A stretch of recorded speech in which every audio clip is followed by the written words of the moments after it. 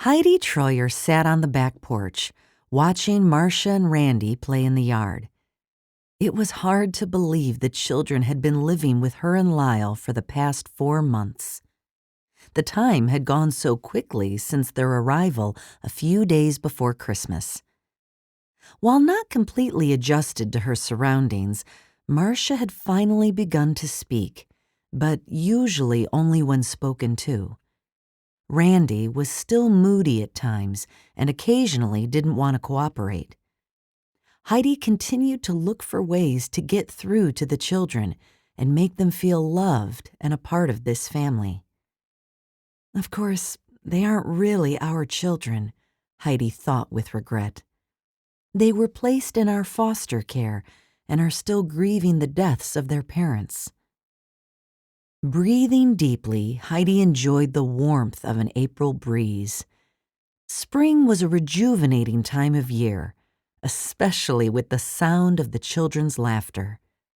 She chuckled as she watched Randy and Marcia blow cottony seeds from a dandelion.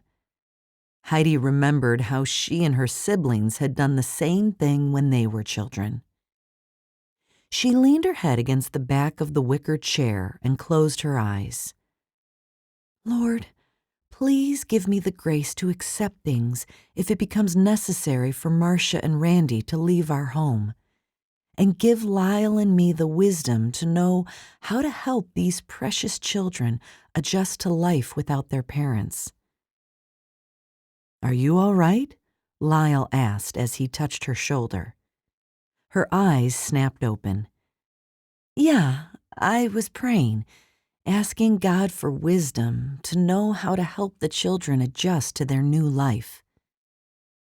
He took a seat in the chair beside her.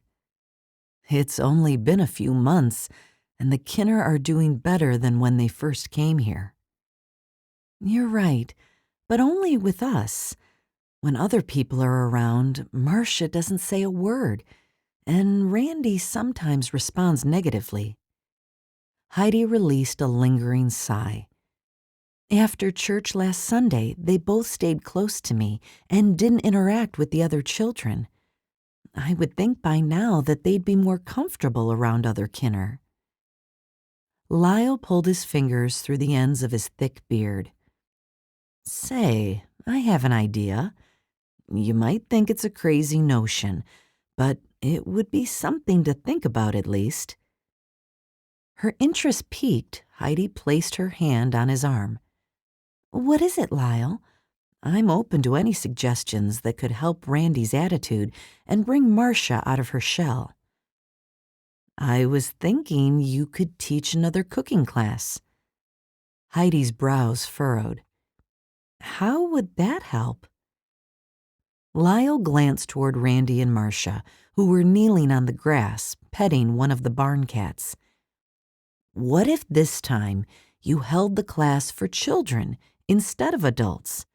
Randy and Marcia would be included, of course. It would give them a chance to interact with other children and, at the same time, do something fun. Heidi cupped her chin in the palm of her hands. That is something to ponder. Of course, Marcia's too young to learn how to cook, but she could watch and maybe take part by stirring things, cracking eggs, or doing some simpler tasks that might be involved in the recipes I choose. She reached over and clasped his hand. Donkey, Lyle. It's an interesting idea, and I'll give it some thought. Darren Keller poured himself a cup of coffee and headed for the living room to relax for the evening. As a full-time fireman, he had days less demanding.